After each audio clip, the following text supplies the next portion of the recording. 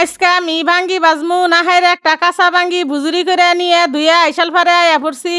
কাঁচা মরিচ পেঁয়াজ তেজপাতা কালা হজ একসাথে হালকা করে বাইজা হাইরে এর মধ্যে বুজুরি করি না ভাঙ্গি গোনা দিয়ে দিলাম। ভাঙ্গি গোনার মধ্যে হলদির গুঁড়া ধনিয়ার গুঁড়া নুন দিয়ে মশলার হাতে নাইরা সেরে মিশাইয়া ডাইকা দিমু। ভাঙ্গি গোনা এক দাবার অল্প আছে জাল দিয়ে বাইজা নামায় নইলাম। ভাঙ্গি বাজা গোনা নামায় থুয়ে হাইরে আমি সাইডু ভাড়া মাছ হলদি নুন আর মরিচ দিয়ে মাহায় নইতাছি বাজবার নিগে। হলদি নুন আর মরিচ দিয়ে মাছ গোনা মাহে হেরে তেলের মধ্যে মাছ গোনা বাইজা নইতাছি। মাছ গোনা বাইজা নামায় থুয়ে হেরে ওই তেলের মধ্যে আমি কাঁচা মরিচ পেঁয়াজ গোনা বাইজা নইলাম।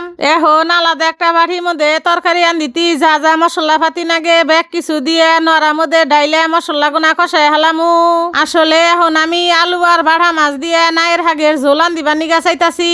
না হাইরে কষাই নে মশলা গোনার মধ্যে নাইর হাগার আলু দিয়া ডাইকা দিলাম হেদ্দ বানিগে। এক দাবার পরে ডাকনা খুইলে হাগের মধ্যে বেশি করে ঝোল আর মাছ গোনা দিয়ে আবারও ডাইকা দিলাম। যেহেতু নাইর হাগের ঝোল আনদিতাছি না হাইরে তরকারি দে তেল ঠেলা থাকতি জিরার গুঁড়া দে নামায় নমু। আমার কাছে কইলে নাইর পাতা ভাজা ভত্তা বা আন্দা যে কোনো ডাই খাইতি কইল মেলা স্বাদ লাগে। আর আমার প্রিয় ভাই বোনেরা এর পরে কোন ধরনের ভিডিও দেখবার নিগা চাইন কমেন্টে কইয়া যাবান।